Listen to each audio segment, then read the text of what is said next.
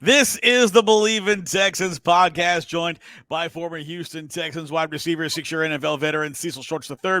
I'm Patrick Creighton, host of Area 45 on your flagship home for all things Houston Texans, Sportsradio 610. And Cecil, last time we did an episode was right before their third preseason game to the Texans and the New York Giants. And we had, some players that we were looking at and some players that we were concerned about. Maybe the guy we were most concerned about was John Metchie, who has looked very good in practice, and it had not yet translated to games.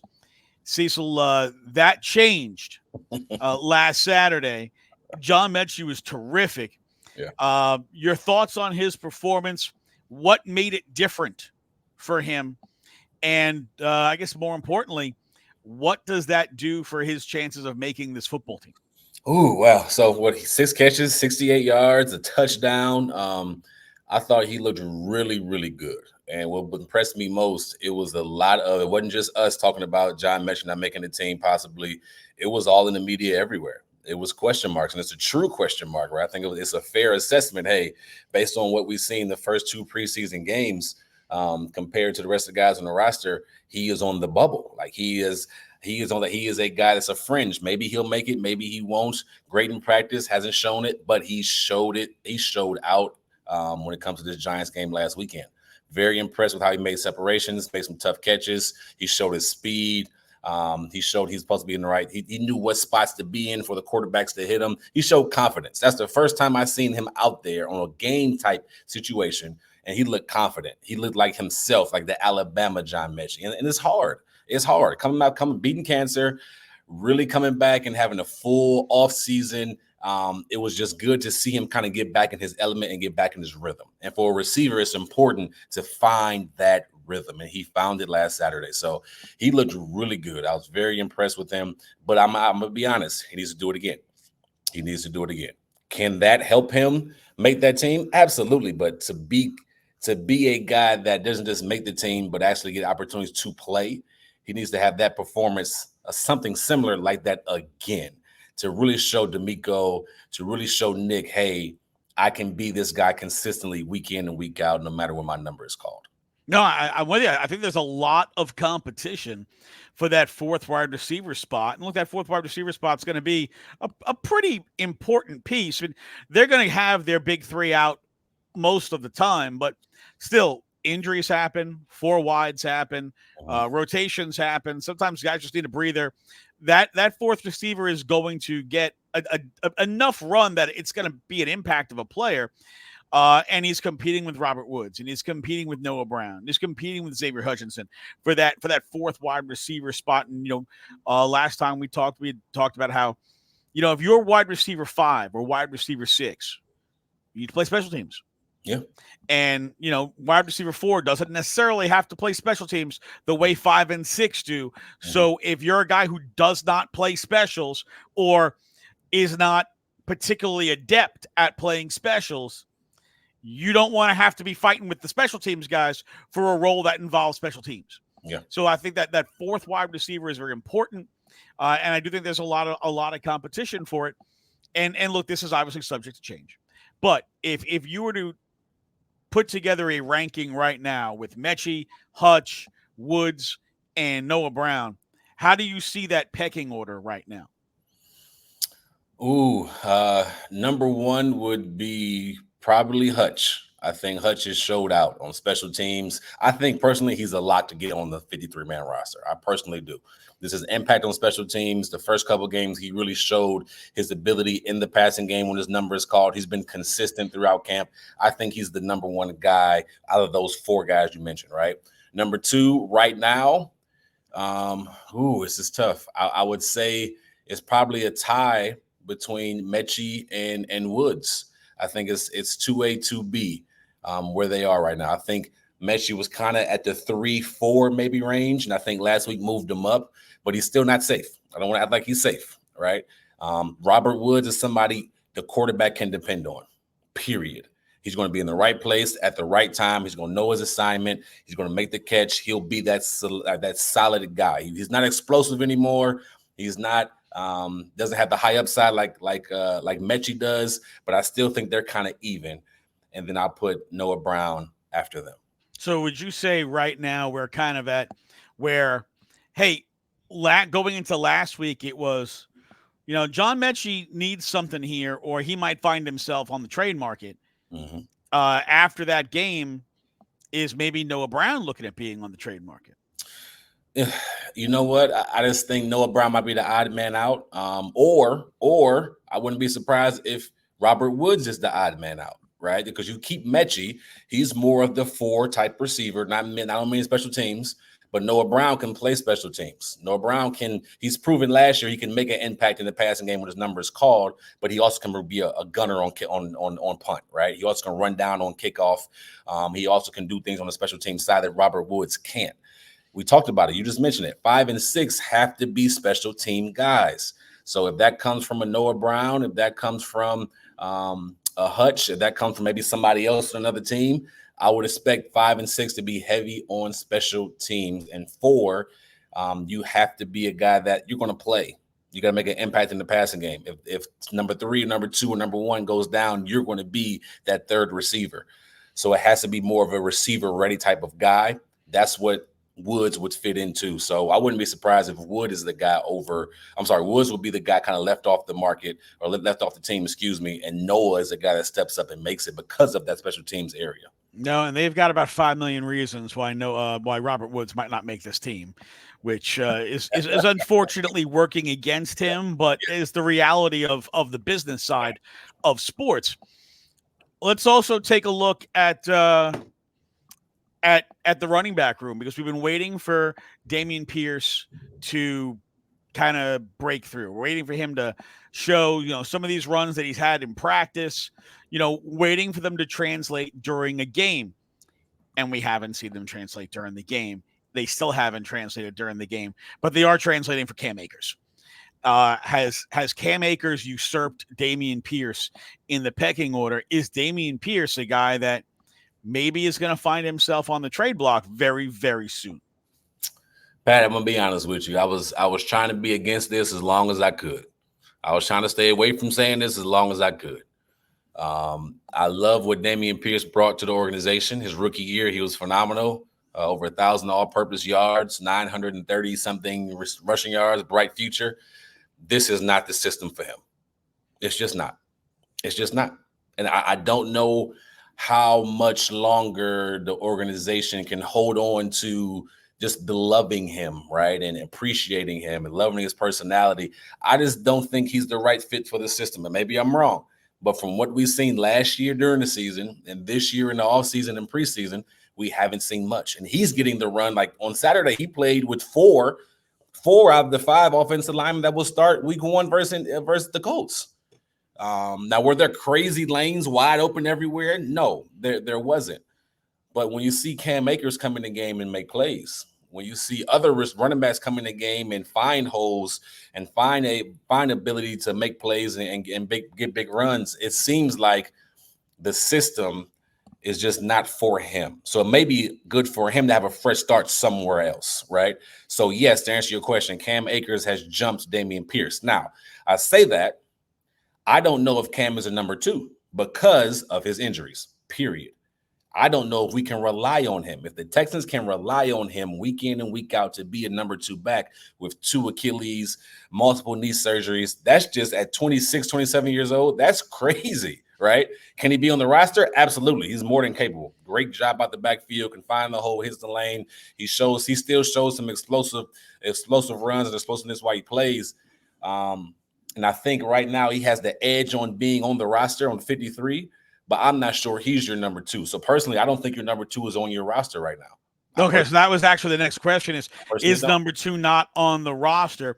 Following this weekend's games, you get cut down day, and a bunch of teams are going to be going down from 90 some odd players down to 53. The market is going to get flooded with a lot of players, and some of those players are going to be pretty good players. Is that where you see potentially the Texans finding whoever their backup running back is going to be? I think you have to.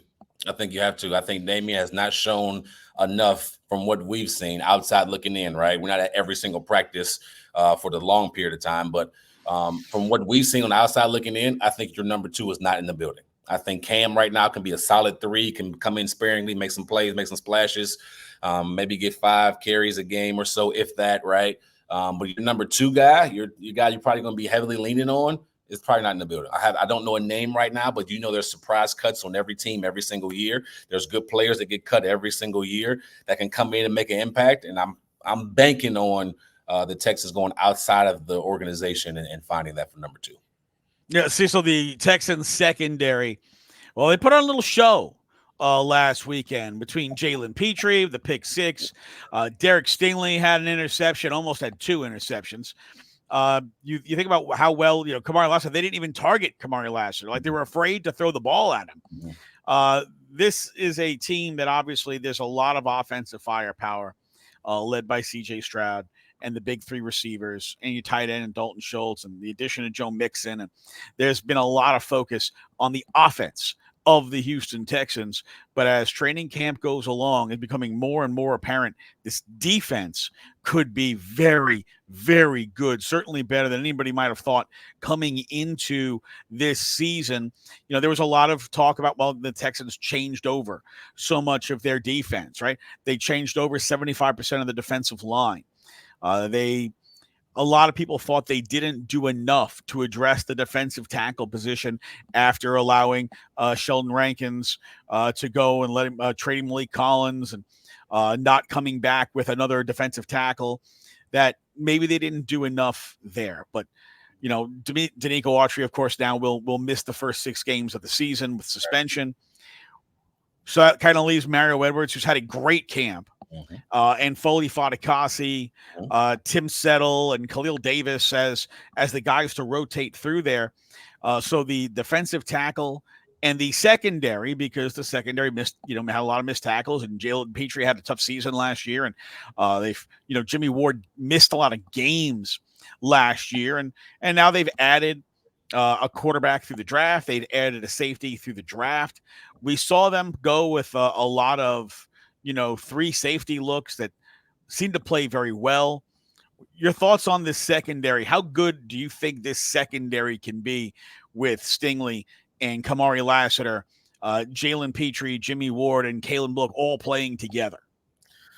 Healthy. If everybody stays healthy, they'll be one of the top 5 secondaries in the league. I'm that confident. Jalen Petrie, what I saw Saturday, he was literally everywhere.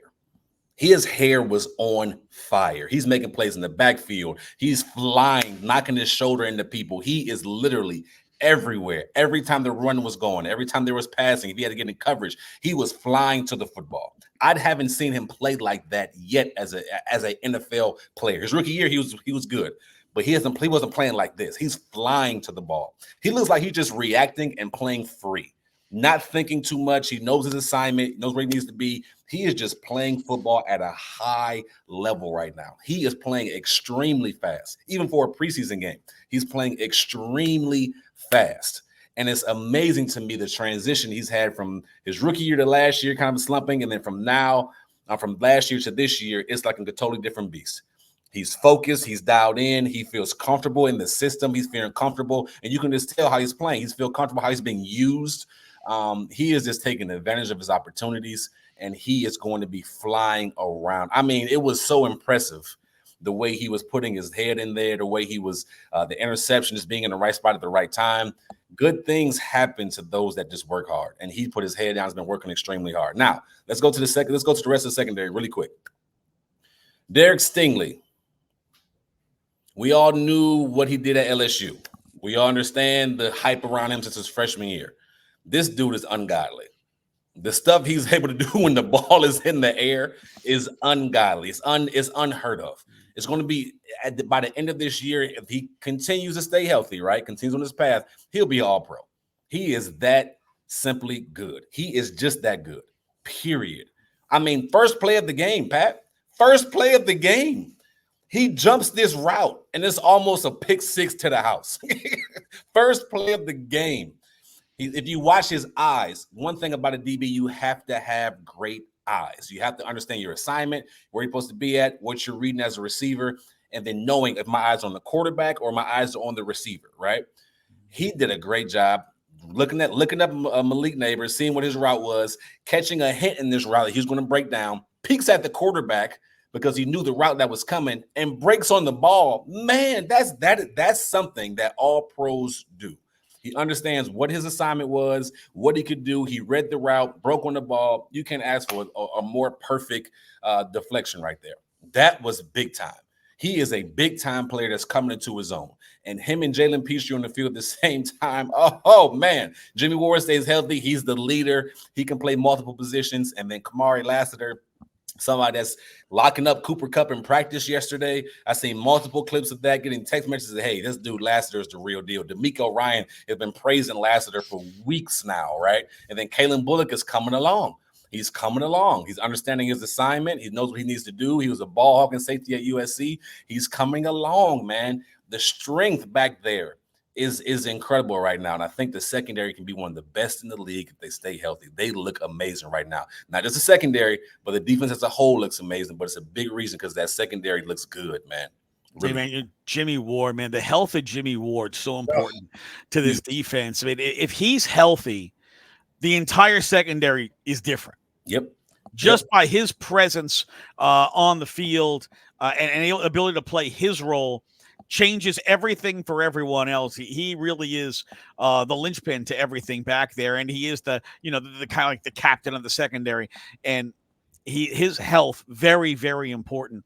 But they've got a little more depth there than they had last year, and I think that's a big difference too. All right, Cecil, as we look to this preseason.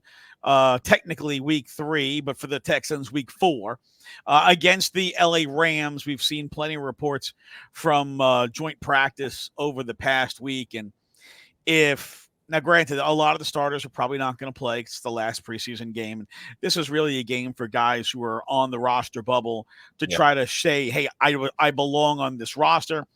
Guys who are maybe not going to make the roster to put tape out there for the other 31 teams to say, hey, I might not be a fit here, but I'm a fit for you. Give me a call. And there's going to be a lot of that over the next, 5 days, guys. Tons of guys are going to hit the market and tons of guys are going to get scooped up. It's going to be a giant shark fest of players moving all over the place. But as we get into this, and we talked about how in joint practice, man, there's been an awful lot of reports saying how good the Texans have looked in joint practice against the Rams. The offense has dominated. The defense has dominated. Now it's joint practice. But to me, joint practice is where the ones are playing. Yeah. And the game is where the 2s, 3s, and 4s are playing. Yeah. It's more important to be dominating joint practice. And man, every report coming out of these joint practices is, holy cow, have you seen the Texans? Yeah. They are you got to think of it this way too.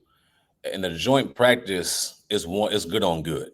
You got me. It's the ones versus the ones in certain periods. It's good on good. That's the best look you're going to get that week, especially in the week 4 of preseason, or I guess week 3 of preseason. Technically, for the Texans, it's 4 because they played the Hall of Fame game.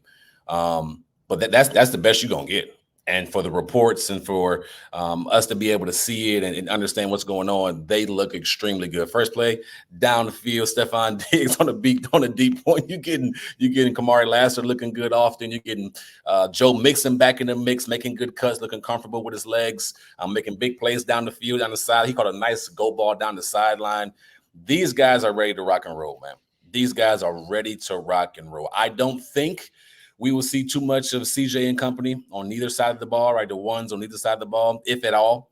But like you mentioned, this is going to be a huge opportunity for the 2s, the 3s, the 4s, the bubble guys really trying to make an impact, for the Damian Pierces of the world, for the John Metchies of the world, for whoever's trying to make this squad. It's their Super Bowl. Hey, I got to prove I belong on this team, or like you mentioned, the other 31 teams, I belong in the NFL. So it's going to be a lot to see, a lot to discuss. I want to see Davis Mills go out there and play well. I want to see Case, if he's the guy, right, he go out there and play well. I want to see these guys play well. I'm not too worried about winning. I want to see what kind of depth is on this roster and who can help in different positions.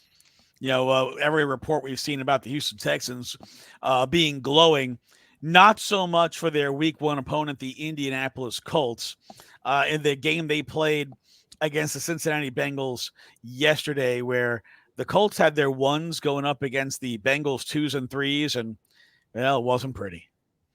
And I got to tell you, seeing the Colts struggle just makes my heart just a little sad. So much you can feel the pain that I have in my heart, right here, Cecil, right here.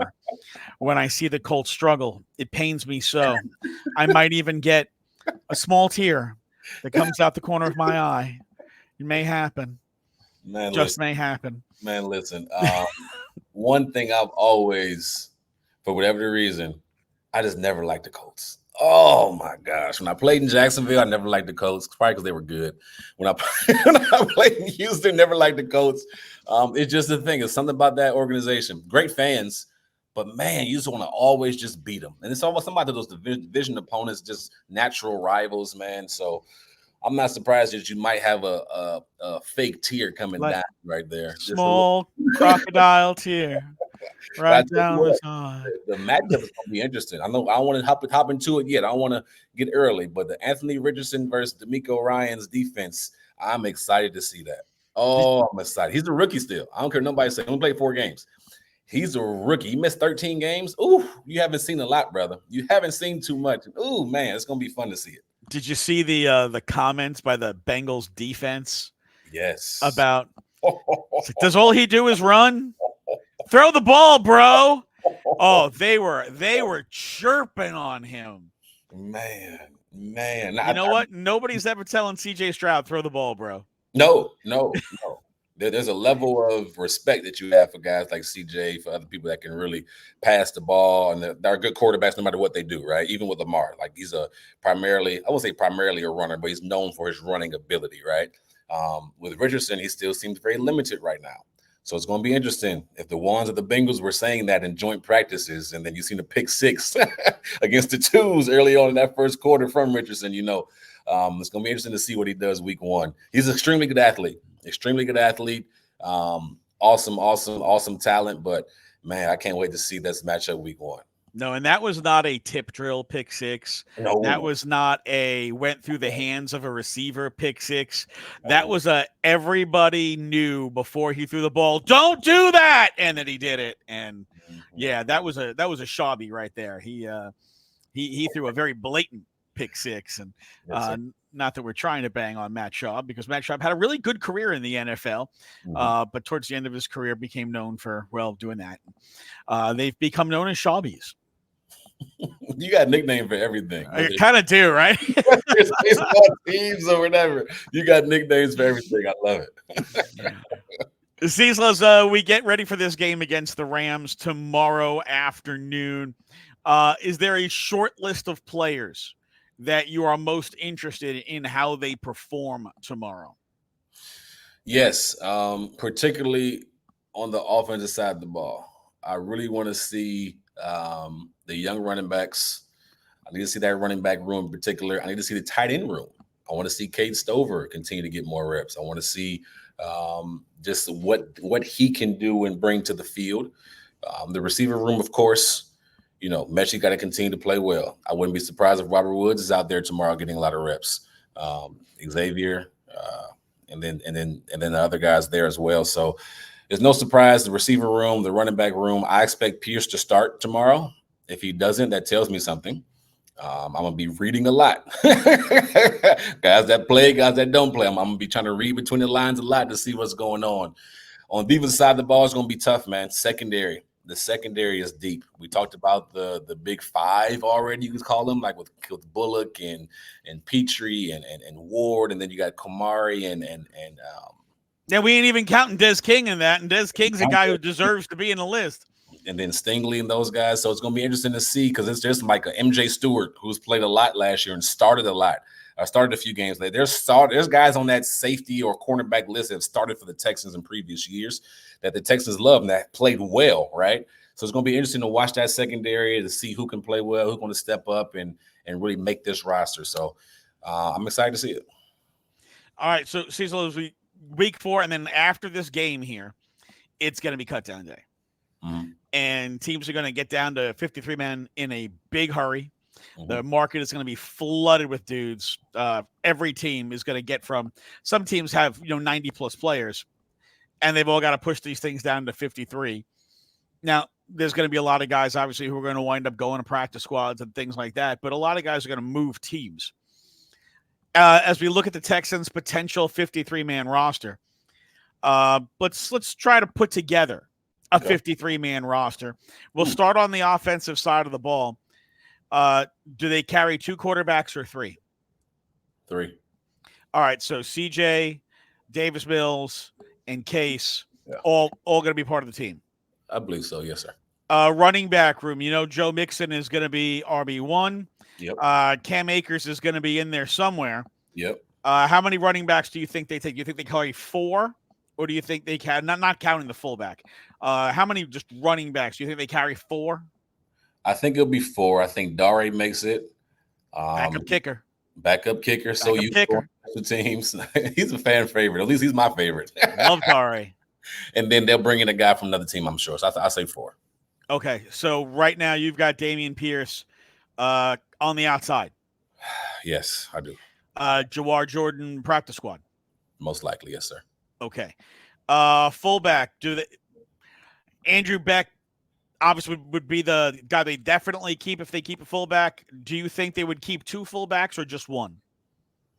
I think just 1. And okay, I'm with you on that. I think Skoranek will be named something else. I was thinking about Skoranek in my head, like where is he going to fit in this 53? Because I think he makes it somehow, but I think it will be at a different position. And that's kind of, because you can line up Skoranek wide, slot, H-back, fullback. He plays specials. He's kind of that Swiss Army knife that – and I think it's important to note they targeted him. They went and found him, identified, hey, this is a guy we want on this team, signed him and brought him in. That, to me, if that guy hasn't shown you a reason he shouldn't be on the team, then they brought him in for a reason. They wanted somebody who can do the blocking roles and the gunner roles and the things that he's going to do. Yeah. So I'm with you on that. I do think there is a role for Ben Skoranek on this team somewhere. Wide receivers, look, the first 3 are easy with Steph, Nico, and Tank. If we put Skoranek in there at the back, that leaves us with 2. Noah Brown, Robert Woods, John Metchie, Xavier Hutchinson, Steven Sims. Let's say 2 of those guys are going to get on. Which 2? Well, you mentioned Xavier Hutchinson is a guy you think is on the roster. I think Xavier Hutchinson is on the roster. He's on. Right now, barring some kind of catastrophe tomorrow, I think it's John Metchie. I agree with you. I think unless something crazy happens or whatever, I think he has done enough flashes last week. And then I'm assuming he'll play with tomorrow, that he will be their 4th receiver. I think he's young enough. I think he's cheaper. We want to talk business, and I think they love him enough. They see enough upside that he can be that number 4 guy. I think that has Robert Woods on the outside. Yep. I think that has Noah Brown on the outside. Yep. And I think it has them trying to see how can they sneak Steven Sims back onto the practice squad, because I think somebody will put a claim on him as a returner. Yeah, he does a really good job of returning. Like he does a wouldn't say phenomenal, but it's a really good job making plays. I mean, he had that big return in the Baltimore game. I'll never forget, man. He is just a playmaker in that return game. So he's definitely a value. Tight end, I think, is an easier discussion because I think Dalton Schultz obviously is your starter. Brevin Jordan is a guy they like, who they like in the passing game. Cade Stover, they just drafted. Ting Toriano, I think, might wind up starting the year on IR. That's kind of been the bugaboo for him for all of his short career. So I feel like there's 3, and the 3 would be pretty easy to put together. Offensive line is you know who your starting 5 are. Yes. It's who are the guys that you're going to keep after that, and how many? How many offensive linemen do you think they keep? 7 to maybe 7 active guys and 1 or 2 on practice squad. or it'll be 8. I think 9. I think 7 on the active for sure. Right? You got Blake Fisher. And he's played a lot, and he actually didn't play bad the last couple of weeks. He held his own last week. I meant to talk about that. He held his own last week against the Thibodeau and Brian Burns. Now, Brian Burns and Thibodeau, they had their moments too, where they, hey, rookie, I'm still. Is there a reason I went 5th overall, or was there a reason I got paid and traded here? But he did some good things. I was pleasantly surprised after watching the All 22 with Blake Fisher. But I think they keep 7 on the roster, and I think they keep 1 or 2 on the practice squad. That's my assumption. All right, so let's go with the 4 guys most likely to be on the roster. You got Blake Fisher. They just took him. You have Charlie Heck, who's been around, although he's been banged up. Mm-hmm. You've got Kendrick Green, who's been a backup player, although he might be a little banged up. Mm-hmm. And then you got Jared Patterson, who they took in the 6th round last year and who got a lot of reps at center. Ooh, Blake Fisher for sure. I would say Kendrick Green will be my second because of the versatility between center and guard. I feel like it's kind of interchangeable, and you need that backup there. Oh, dang, do I want to keep 8? Do I think they should keep 8? I think normally you might keep 8. But I'll say those 2 for now. I would say those. You got your backup tackle and you get a backup guard that can go either side, center, guard, and interior lineman. Okay, so that gave us 13, 16. And if we say 7 offensive linemen, that would be 23. Ooh. 8 would be 24 players. Oh, we're getting close. We ain't hit defense yet. Yeah. So, but that's right. 53, you're talking about 26, 27 guys on each side. So there might be a little bit, but on the defensive side, you usually have some more, especially the defensive line. You're rotating a lot of guys in and out. On the end, you have Will Anderson Jr., you have Danielle Hunter, mm-hmm. You have Derek Barnett. Mm-hmm. You have Jerry Hughes, who they just signed, who I think will probably make the team. He will. How many defensive ends do they carry? How many are on the roster right now? Other people listed at defensive end. Well, Danico Autry suspended, and have to worry about him. But Dylan Horton, Ali Gay, and then you got Feldarius Payne, Solomon Byrd, and Malik Fisher. Those 3 guys were all rookies. I think 4. the rookies are all going to wind up potentially on a practice squad. I'll say 4 for sure. I think the ones you named, Hughes is going to make it. He can be a great rotational guy. You got your top 2 in Will and Daniil. So I would say 4 defensive ends. That's okay. Lose. Let's go to the defensive tackle, where you have Mario Edwards, Foley Fatukasi, Khalil Davis, Tim Settle. That's 4. Does Kurt Heinrich make the roster? Oh, I think Kirk's out. I think Kirk's on the outside looking in. I think he had a decent preseason, but I think he's on the outside looking in. I think Settle and those guys kind of outplayed him. I think they're a little bit younger. I love Foley. He's one of my favorites, and I think Edwards and Foley probably the 1 and 2 right now. But I would say you would keep those 4 over. You keep those 4. All right. At linebacker, is Christian Harris going to start the season on the active roster or on the IR? My guess would be IR. All right, so that gives you Aziz, Henry Toto, Never Hewitt. Then you've got Jake Hansen, Jamal Hill, Delshon Phillips. How many linebackers? You got to keep. I mean, and I'm thinking maybe you're a linebacker down, because realistically, I think Jalen Petrie is going to play a lot of what would be a linebacker position. I would have to agree with you. I think one of the strengths right now is your top 5, top 6 DBs, right? and those guys will be on the field some type of way. And with Christian Harris out, especially, they'll be on the field some type of way, some type of rotation. There'll be probably more DBs out there than the linebackers. So I would say you're going to keep less linebackers than you would DBs, with the idea that Christian Harris is coming back. So I think those three, when it comes to Newitt, when it comes to Henry, and then when it comes to Azeez, I think those three will be there. Maybe one more backer. And then you got Christian Harris coming back eventually, right? So I wouldn't say more than 4 right now on the active roster. Okay, now that's going to bring us to the secondary, and then obviously we're going to have a lot of guys in the secondary. So cornerbacks, you have Sting, you have Kamar Lassiter, you got Des King. Then your backup corners, we haven't seen a whole lot of CJ Henderson. No, we haven't. We haven't really seen a whole lot of Jeff Okudah.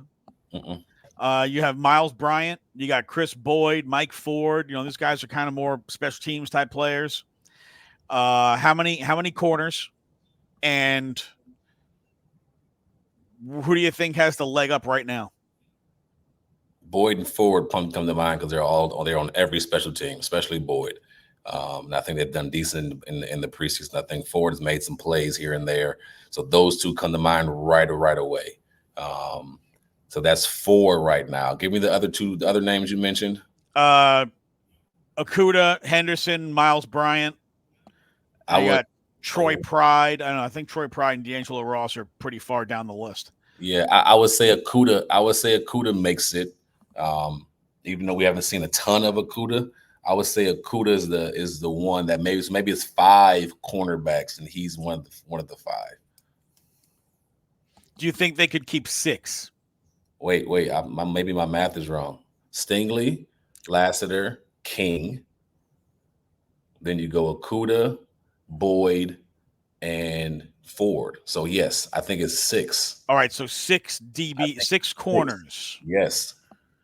All right, and then at safety, do you think they keep 5 safeties or 6 safeties? The lesser of the two. Because you got Jalen Petrie, who's kind of going to play a hybrid position. And then you have Jimmy Ward, Kalen Bullock. You got Eric Morey and MJ Stewart, who are guys who are veterans of this team, who are both guys who play specials. Brandon Hill plays specials. They brought Lonnie Johnson Jr. back because he plays specials. Lonnie, he looked good Saturday too. Do you feel like if you're short at linebacker, maybe you're carrying an extra safety because of Petrie? Yeah, you got to think of the injury history with Jimmy Ward too. Like you got to have a guy that can step in his role, possibly. Of course, Kalen Bullock, right? But somebody that's next up on the depth chart to kind of move up. What number are we at right now total? All right, so if let's say we let them keep 8 offensive linemen. Okay. Right, so Patterson will get on. So that'd be 24 on offense so far. If we have them keeping the 6 safeties, that would be 24 on defense. So we've got 5 positions left to fill. 3 of them, kicker, punter, long snapper. So we have 2 positions left to fill. So yeah, okay. This is good. So you said how many safeties? We've got 6 right now. And name the safeties. We have Jalen Petrie, Jimmy Ward, Kalen Bullock, Eric Murray, MJ Stewart, and Lonnie Johnson. Lonnie Johnson makes it. I think all those guys you said make the team on there. I think corner, we've got Stingley, Kamari Lassiter, Des King, Jeff Okudah, Chris Boyd, Mike Ford. Potentially CJ Henderson on IR if he's not ready to play. I feel like I haven't seen CJ Henderson at all. I just feel like he's oof. So I think the DB room is good. You got 6 and 6. That's 12. Question: does Danico have to be on the 53 while he's suspended?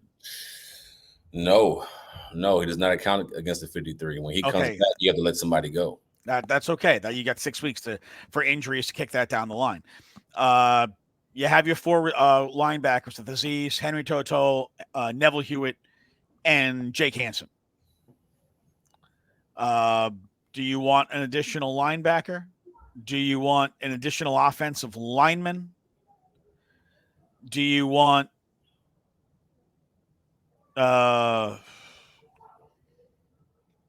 we're already keeping Skoranek. Do you want to keep Steven Sims? Do you want to keep Charlie Heck?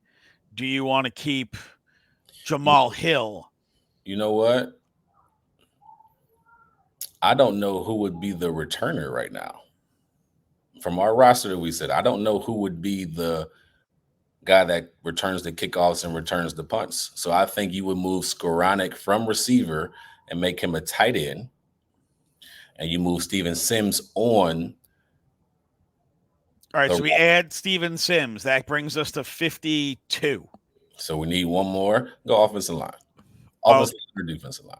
All right, so if you add the offensive lineman, if you keep Charlie Heck, that gives you your starting 5 plus Blake Fisher, Charlie Heck, Kendrick Green, and Jarrett Patterson. So you're pretty deep on the offensive line. I like That's your 53-man roster. I like that. Pat, we did that, Pat. I like that. Did all right. I like that. That was stressful, but I like it. Man, I can't imagine what Nick and D'Amico have to go through next, Wednesday or Tuesday, whatever it is, the 27th. Man, I feel like for them, it won't be that hard because I feel like they have this discussion every day.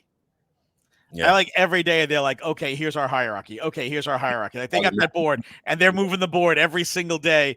Yeah. And like when it just after this game, they're going to move the pieces to the final spots and be like, okay, go.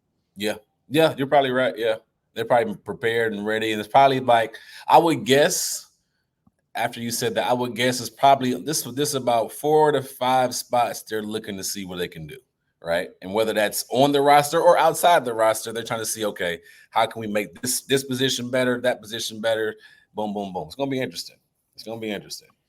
And knowing Nick, he's probably waiting to see if a guy gets cut. He's waiting to see who can be available. Can we trade for this guy? Hey, what about a 6th-round pick for so-and-so? Or, you know what I mean? It's going to be interesting. Yeah, we only kept 3 running backs. So if they make a move for a running back, they're going to have to unmove one of the guys that we had. So, it is possible that, say, a Ben Skoranek doesn't make the team. It's possible that they don't keep 9 offensive linemen. Yeah. It's possible they don't keep, say, 8 defensive linemen. Mm-hmm. Maybe they keep 1 less safety, but that's part of the excitement of how the rosters get constructed is to see how who makes the team and how do they see this guy fitting and that guy fitting and do they play different roles? Are they guys who can only do one thing or are they guys who can do a lot of different things? So you need to have a kind of a handful of those guys who can do everything to offset when you got to get into specials because it's such a unique part of the game. Yeah, man. It's going to be exciting, man. It's going to be exciting, man. Regular season's almost here.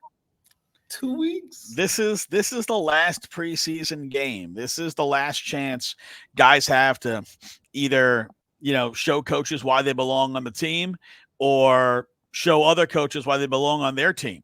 Yeah. So there's a lot to watch for with a lot of these guys. And I don't think the Texans have a ton of jobs open, but I think maybe the back 6 or 7 spots on the roster might be available. Certainly at least are in competition. Yeah. So be a lot. So we talked about guys that you're watching. You're watching for some of the wide receivers like Metchie, like Hutchinson, like Noah Brown. You're looking, is Damian Pierce going to show you something that makes you change your mind or show you something that gets another team to say, hey, we should probably try to make a trade to pick him up and not try to fight everybody when if he winds up getting released and then fighting 31 of the teams. Which of the corners, which of the safeties, which of the backup linebackers, which of those guys wind up stepping up and making the team at the back end of the roster as special teams type guys and which guys are they trying to slip onto the practice squad. So there's a lot of stuff is going to happen over the next 3 days. And we'll have all of it for you right here on the Bleav in Texans podcast. He is Cecil Shorts the third former Houston Texans wide receiver, 6-year NFL veteran. I'm Patrick Creighton, host of Area 45 on Sportsradio 610, your flagship station for the Houston Texans. Texans and Rams tomorrow at noon local time. And we'll have another episode on Monday, recapping everything that went down as the rosters get crazy. And we got all the info for you here, right here on the Bleav in Texans podcast. So make sure you like and subscribe to the Bleav in Texans podcast, wherever you get your podcast. Cecil, always a pleasure to get some time with you, brother. We'll talk to you soon. And until then, go Texans.